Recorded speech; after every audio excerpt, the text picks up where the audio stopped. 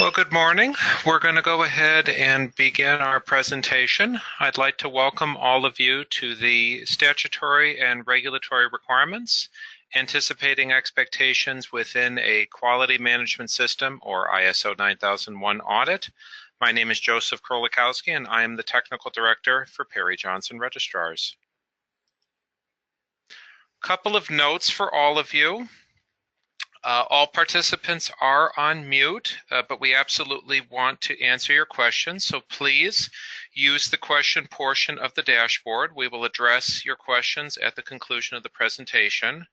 One of the more common questions that we get is, will this presentation be available for download? And the answer to that is yes. We will make copies of the presentation available for download shortly after we are finished. In addition, if you'd like to re-listen to the voiceover, this webinar and all other past PJR webinars will be available for reviewing on our website under the link Previously Recorded Webinars. Our topics for today, we're going to have some discussion on what are statutory and regulatory requirements in terms of how they're defined and also how they differ from each other. We're going to explore why PJR is auditing statutory and regulatory requirements within an ISO 9001 audit. We're going to identify the key clauses in both ISO 9001-2008 and ISO 9001-2015, where statutory and regulatory requirements are discussed. We'll be giving some examples of statutory and regulatory requirements within a typical organization, some concluding remarks, and then your questions. So let's begin with what are statutory and regulatory requirements, and we'll start with the official definitions that are given in the ISO 9000 Fundamentals and Vocabulary document.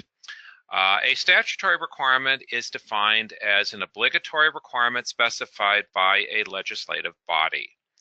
A regulatory requirement is defined as an obligatory requirement specified by an authority mandated by a legislative body. So very similar, but the difference, of course, is that the regulatory requirement has the added layer of an authority. Now, the main difference between statutory and regulatory requirements is rooted primarily in where the requirements come from. A statutory requirement is defined as coming from a statute. These are legal requirements that come from laws passed by state or federal governments, such as Congress. A regulatory requirement is going to come from a regulation. EPA requirements, OSHA requirements, FDA requirements, DOT requirements, and so forth. Regulations can be understood as rules that are issued by an agency to which the government has given the authority to regulate some industry or do something. These are often going to be found in the Code of Federal Regulations, or CFR. So, for example, the Food and Drug Administration is statutorily authorized to regulate food and drug safety through the Food, Drug, and Cosmetic Safety Act. However, specific labeling and specific packaging requirements are going to be found in Title 21 of the CFR. These are the regulations that are then issued by the FDA in order to help the FDA fulfill its statutory authority to regulate. Now, to simplify this just a bit, a statute is the law. It's often going to be general.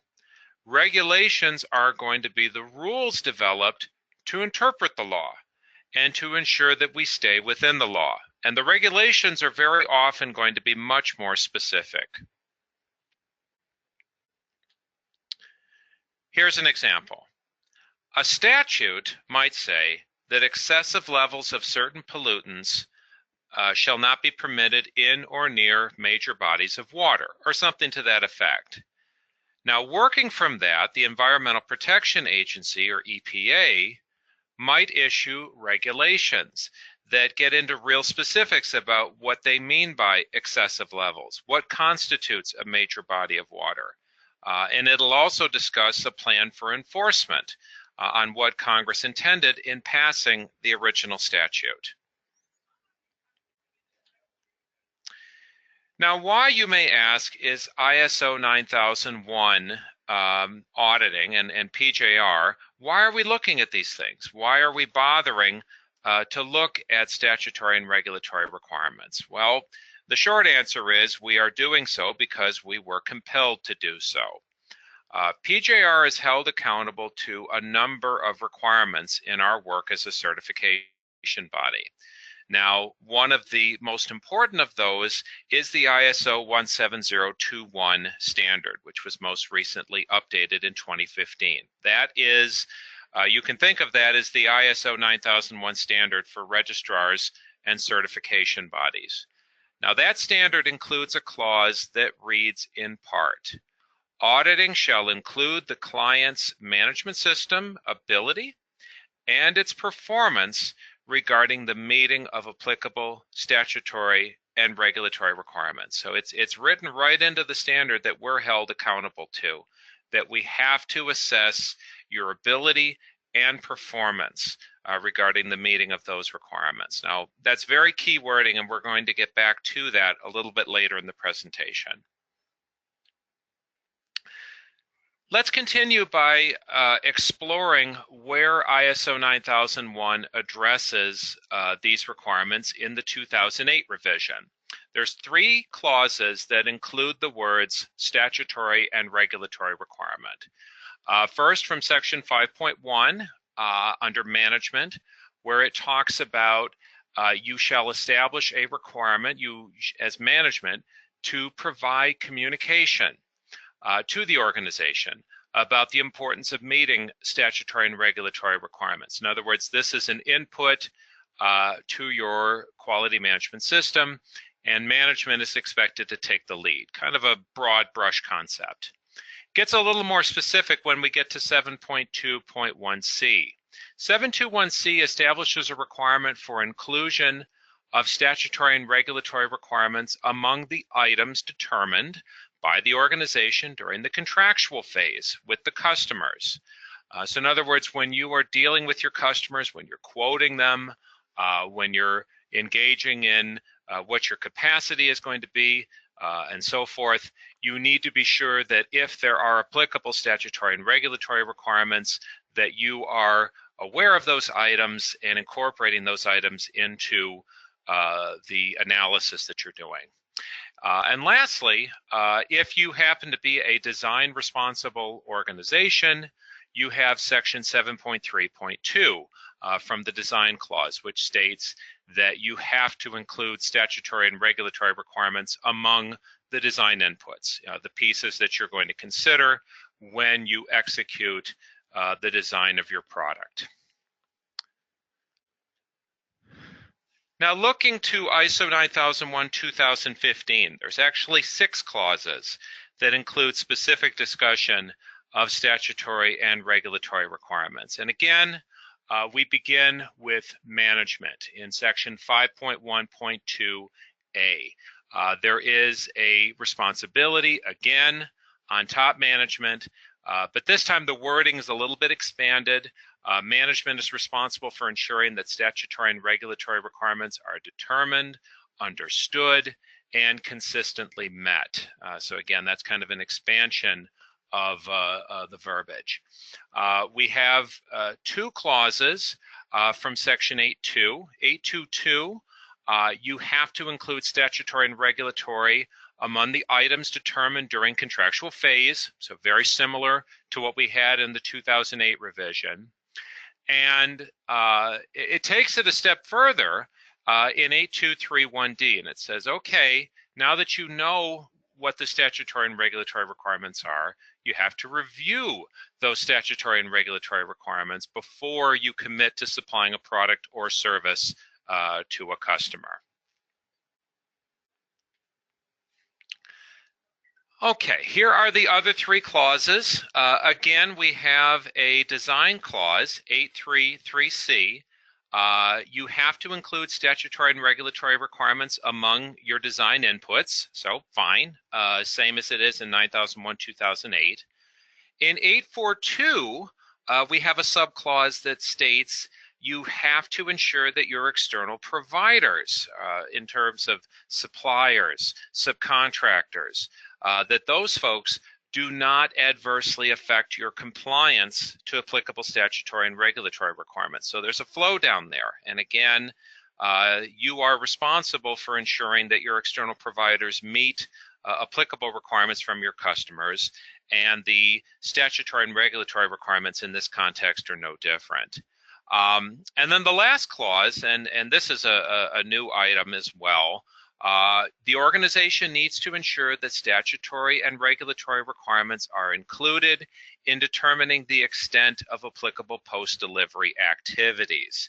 Now, post-delivery activities as a section, a lot of what's in there is legacy, but it's new in terms of it all being in one place in the standard. And again, the key ideas here are what is the extent of the organization's responsibility post-delivery? Is there a responsibility for recycling? Is there a responsibility for disposal? And it's obvious in those cases especially that there could be applicable statutory excuse me, and regulatory requirements at play. Okay, so now we've explored the actual verbiage, the actual clauses. How then is PJR going to approach this in the context of the audit itself? So what we've done, we've tried to take a very straightforward approach here. We have created a special grid that appears within our audit report for recording assessments of statutory and regulatory requirements. We're actually going to take a look at that grid in just a little bit here. We've instructed our auditors to ensure that this is being looked at every audit. This is mandatory for all audits, for stage 1, stage 2, all surveillances, the recert audit, and so forth. So in terms of what are some things that could be sampled, might be sampled, and so forth. Well, the most obvious one we can go to are the occupational health and safety requirements. These are going to get into things like PPE, ergonomics, safety, training, related considerations. I don't think we have a single client where this is not present in some way, shape, or form. Another good example would be ITAR, the International Traffic in Arms Regulations. This is unique, of course, to the United States. These requirements are going to manifest in areas like controlled access to the facility, controlled access to records, and so forth. Even something like the safety data sheets, these were formerly called MSDS. Those requirements are going to get into things like handling, use, and disposal of chemical products. We might see this in product cleaners, product packaging, handling of raw materials, things of this nature. So in terms of how the auditors are going to determine what applies, remember that we already spend significant time in the audit determining what applies and what doesn't apply. We already look at customer contracts. We already look at customer purchase orders. We're already looking at product blueprints, product specifications, and hopefully we're already looking at your websites and reviewing applicable points of information in completing the audit process. So these are going to help us identify what applies. And these are, again, these are things that we are already looking at in the context of an audit. Now, one of the things that we emphasize to our auditors early on with this is that we are tasked with confirming that you have an effective process for identifying and complying with the relevant statutory and regulatory requirements. We are not going to be sampling individual provisions of those requirements for compliance. We're not OSHA auditors. We're not EPA auditors, etc., we are ISO 9001 auditors. So again, that goes back to the definition where we're saying, okay, confirm that there's an effective process in place, that they have effective measures in place to address these requirements and identify these requirements. So here is the grid from our audit report, and I've filled it in with some example data on how this might be done. Let's say that this was a company probably selling to the Department of Defense, perhaps an aerospace company, and in addition to OSHA, they are subject to ITAR and DFARS requirements. And you'll note that we don't get into a whole lot of specifics here. We're just stating, okay, we've confirmed that this is being met, the overall provisions are being met, the process is overall effective. And most of our auditors have indicated that this can be done, this portion of the report at least can be done in a few minutes time, and that what they're looking at is, again, it's already a part of what we're looking at in the audit process. This is not a supplemental assessment. It doesn't require a separate line item on the audit plan and so forth. Now, another critical item I suspect you're wondering is it possible to get a nonconformance as a result of this? It's certainly conceivable that an auditor might find a disconnect between an implemented process and applicable statutory or regulatory requirement. But there's a couple of key things to consider as to whether or not a nonconformance is issued. And again, this was information that was emphasized to our audit team. First, does the issue impact customer satisfaction or attainment of a quality objective? And does the issue impede your ability to manufacture product or render your service? So again, those are very open-ended questions. We are relying on the expertise of our auditors to consider those questions in deciding whether or not a nonconformance is warranted. Now, if a nonconformance is warranted, the auditor must ensure that the requirement cited includes an appropriate clause from either ISO 9001, 2008, or 9001-2015. That is the primary piece of audit criteria that we will hold you accountable to as an organization. In conclusion, Perry Johnson Registrars wants to ensure that we provide our clients with a value-added audit while meeting all applicable requirements. It is our hope that you will use the points we've presented today to have a better understanding of what our expectations are for statutory and regulatory requirements. I'd like to invite you to tune in for one of our other webinars. We have a presentation on ISO 9001-2015. It's called Approaching Your Transition with Confidence. This presentation is updated from my past presentations. It has feedback from our first year of auditing the new standard, lessons learned from the new ISO 9002 guidance standard. In addition, we have a newer presentation on non-applicable clauses that's presented on a quarterly basis. It's an exploration of exemptions and the right way to approach them. And we have a variety of webinars on other topics, process mapping, stage 1 audits, ISO 13485, ISO 14001, and so forth. We would definitely love to keep in touch with you, our client, and the best way for us to do that is if you opt in. Please go to our website at www.pjr.com. At the bottom of the page, if you enter your email address and click subscribe, you'll be automatically kept informed of new webinars, the latest news from ISO, and other points of helpful information. I do thank you for your time, and at this time, I will unlock the question portion of the dashboard. Okay. We have a question from Harry Cullen. Unannounced audits, are they considered regulatory requirements based on EU law? Are they addressed in ISO 9001? or excuse me, in ISO 17021, can an ISO 9001 registered company be expected to flow down the unannounced audit requirement to their external providers? Harry, you will excuse that I don't have a full intimate knowledge of the unannounced audit from EU law.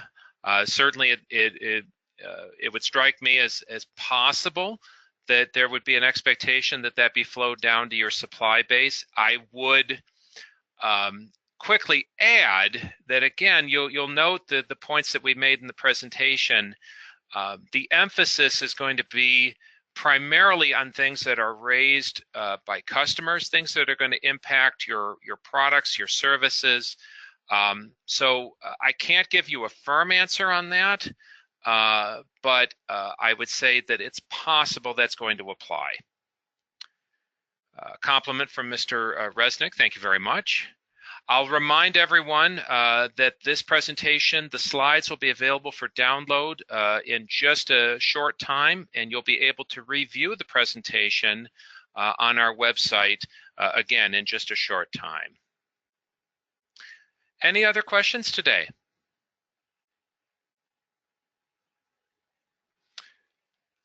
Okay, we have a question coming. Okay.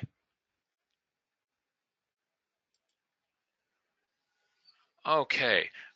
Troy Desmore, is there a write-up of all the new clauses that I can get my hands on in a QM format? Mr. Desmore, I believe you're referring to the clauses of ISO 9001 2015. We have a cross-reference matrix available for download on our website that identifies what is new as far as fully new clauses. We also have our what we call the F108, which is a preparatory checklist that you can get from your PJR scheduler.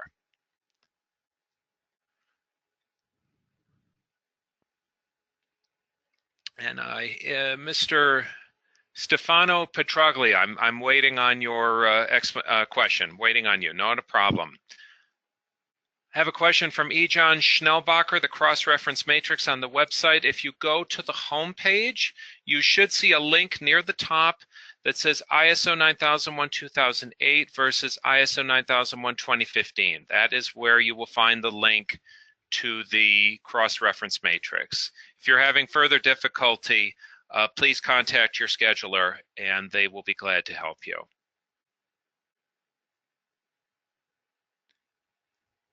Any further questions? Mr. Petraglia, still looking for your question, sir. Okay, Tim Lyons asks, would wastewater handling and disposal be considered a document required in the QMS to meet the new standard? Tim, it's possible, depending on what your business is, depending on the applicability of wastewater handling to your product line, or how this may or may not come up in the contractual negotiations with your customer or the design of product. I'll say that it's possible, but as far as a document required, I'm going to presume that you're referring to an outside verification of your water handling practices. That's not going to be something specifically mandated by ISO 9001. It may come up in a review of customer requirements or internal design requirements. Okay, Mr. Petraglia, so noted. Yeah, the presentation will be available for reviewing.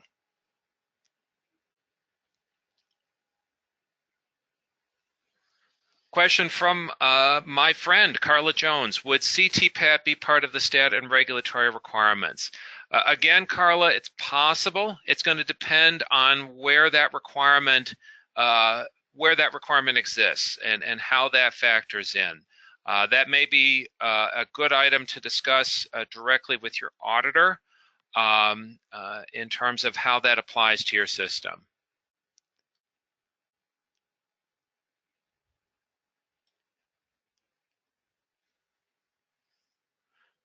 Troy Desmore, where again should we look for new clauses? The document that you want to review is the F108, and that's something that you can get from your scheduler.